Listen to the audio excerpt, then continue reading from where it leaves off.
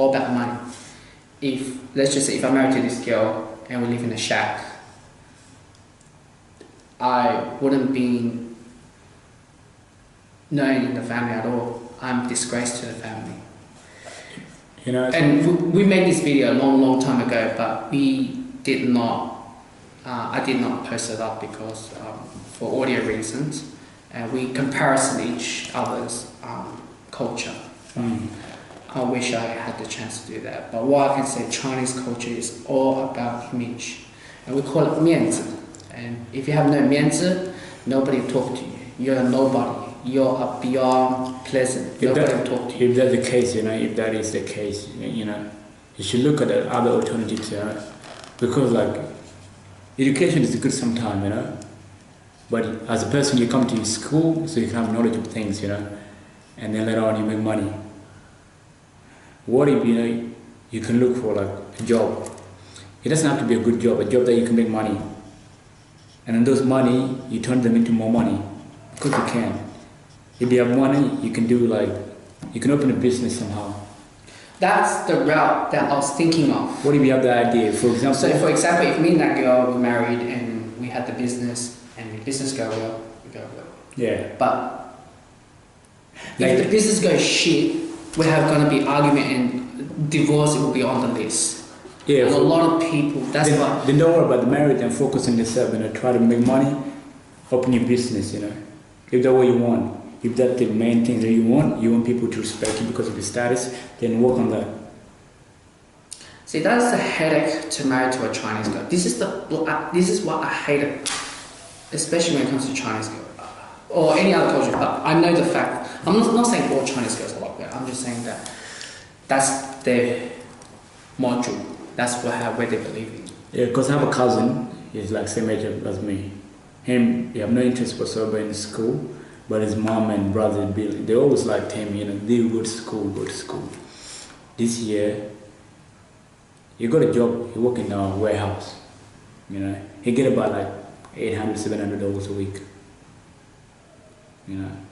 That's good for him, because when he get the money, he save those money, and he set a goal there in about 3 years time from there. He's gonna do something with the money that he's saving, And he's doing this thing called childcare, which means he claim money of kids, kids that he's taking care of. So pretty much he's making money for himself and he's willing to open a business. He's gonna buy apartments and sooner or later on he's gonna be a rich man. So sometimes you gotta look at your time and invest your time in the things that you want to do. For example, you want to do uni, but later on age of 31 you're gonna start working, But see, that's a long time. But see, that's the thing. I think that what's coming out of my aunt is telling me that I don't think this girl's going to wait for another 3 years.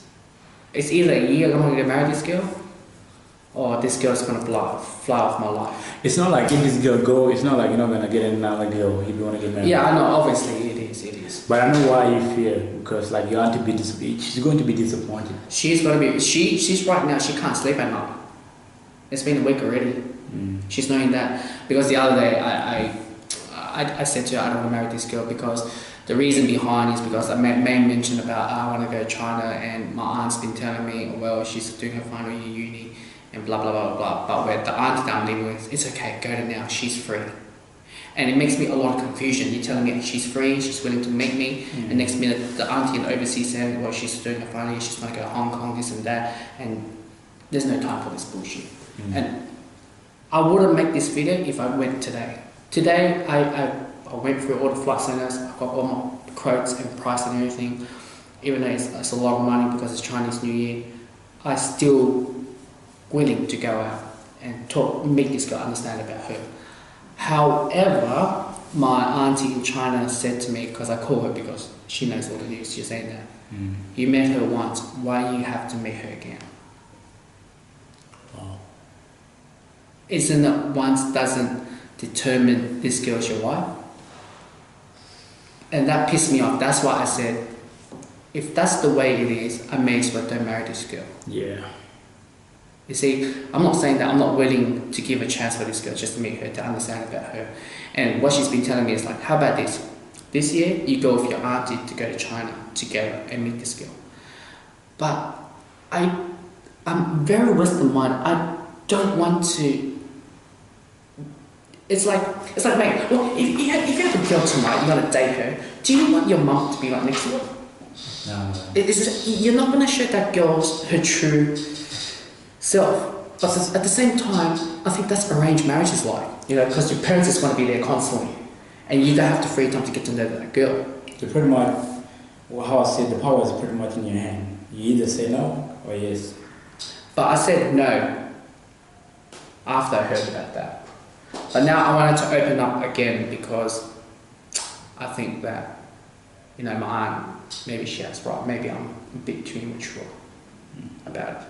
It's a very deep subject, like, I think too much. I think about, alright, I'm bringing this girl here. I'm thinking way too negative stuff. I'm thinking this girl probably come here just for fake marriage. It can happen. I'm not saying it won't happen, but that's my mind. How much does it cost you to get married? Fake or real? In China. Marriage? What sort of marriage? Like, if you want to get married to a girl, like, what do you have to do? Oh, I don't know, man. You pay money? Yeah, I think you have to pay money and everything. But my family member has to pay as well. My family side. Because they know. So how much do you pay? I don't know. In total? I don't know. You see me, if I want to get married now, I have to pay like 80k. See, I don't see 80k. This is the downside of me. I'm unemployed. I'm still studying. I still don't have money. Bro, that's just yourself. Just speak. Sometimes, words, words are important, man. That's what they say. God created the world with words, Let's check the time. Oh, last battery. They say like God said, let it be like earth, they would say, let it be like, sky and heaven. That's what I'm trying to think of. I'm trying to think of. Like, if you go to your auntie and speak up your words, she's gonna be like, okay, this guy's actually a man now and he's serious about things he's saying. Sometimes you just gotta just speak up your mind. But I want to get to know the girl, and my aunt said no. Why? Because she's apparently this side of my aunt. So I have two sides. Sorry, the one I'm living with, and the aunt in China. The one knows a lot of information about her. The one here tells me that you can go now, go get your tickets. She's available. This and that. The other auntie told me don't do it. Why? She's her final year of her studies. Tell her I want to come because she's going to be my wife. You're not getting married to her, I'm going to get married to her. I want to come and see her. But that's what I wanted to say. That's what I was saying. But they still say no. And I said to my back of my mind, I'm like, okay, if this is the case, why the hell you been secretly doing this behind my back 16 years ago? Like a trigger. And things, this very, very important thing that's supposed to be love of my life, you stopping me to go to see this girl. But it makes me think that this girl, she's not even important that me to come and meet her. She's important to go to Hong Kong and meet her auntie in Hong Kong, where she can choose any other time to meet that auntie, where I'm living like, God knows, 8 hours and a half flight from Melbourne, or actually more than, yeah, that's Sydney, 9 hours from Melbourne to see her and try to get to know her. But they still stop me. That's the thing that pissed me the most, because now this is the family issue that's stopping me. And I said to myself, you've been saving this girl for me throughout my whole entire life, and you're telling me no. How would that make you feel? That's how it made me feel. I felt shocked. It's once not enough. That's what she said. And I'm like, this is seriously arranged marriage. If you met a girl once, one day only, maximum 2 days. I didn't get to know that girl. She was 17, I was 22. I was still young and dumb, immature. But now I'm awake, I'm mature now, I understand. But to know that you can't meet this girl, it makes you, is this girl worth it anymore? Is this girl special for me anymore? The whole time you saved this girl for me, now it turns out to be she's not special anymore. That's how I feel like. And that's why I said to her, I don't want this girl anymore. I don't want to marry her anymore. That's the case. And I said to her, even though if I have the chance, me and my aunt goes to China, there's no way we can do it this year. because I'm going to be studying, I'm thinking of moving out. The money left over I have, it's survival money. It's not money to go around and go flash it everywhere I go and go to holidays. I even tried to talk to Maine about going to travelling, and I said to him, if I still have enough money and the living that I have, and I still save and I still have money, I'll go with him for sure. But now I said to him, I can't, you know. And I'm not saying that I'm rich or anything. I have the money to go a couple of time trip to China, but the economy's not going well and money is very tight on me and I'm on survival mode. What I'm trying to say out of the whole video is that, is it worth for me to have a second chance? Even though I said no, is it worth for me to say yes again or not?